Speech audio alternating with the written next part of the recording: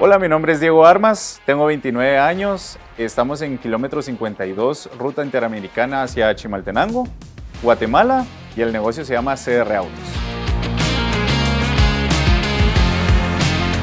El negocio inicia con el abuelo Lico. Él comenzó en un negocio pequeño en el área de Villanueva. Como todo inicio, pues fue complicado para él, ¿verdad? Pero poco a poco se fue dando cuenta de que tomando marcas de prestigio, pues iba a ir creciendo su negocio, y esa fue la clave que él tomó para ir creciendo poco a poco, y por eso es que nosotros también pues seguimos con ese legado con marcas como Gulf. Lo más importante en un aceite sería la confiabilidad de que da una protección adecuada a nuestros motores. Entonces, pues nosotros, por el prestigio que tiene la marca Gulf, confiamos en ellos precisamente para poder ofrecerla a nuestros clientes. Desde 2019 se acercó un vendedor de la marca Gulf con nosotros.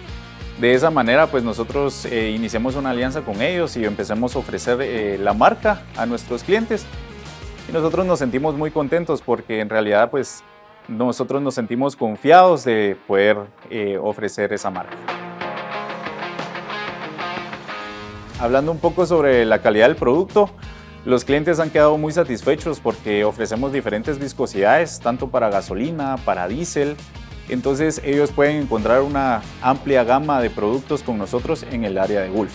Sí, los clientes siempre regresan por la calidad que tienen los productos, y por lo mismo pues ellos pueden ofrecer un excelente servicio a otros clientes, ¿verdad? Comprándonos a nosotros la marca Gulf.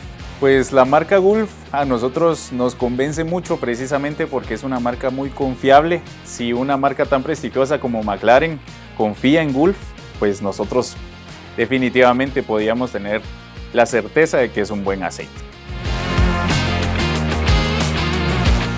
Mi consejo para todas las personas que quieren iniciar en el mundo de los aceites, ya sea aceiteras o talleres, pues sería de que confíen en la marca Gulf, ya que es una marca reconocida mundialmente que les puede ofrecer unos productos de muy alta calidad.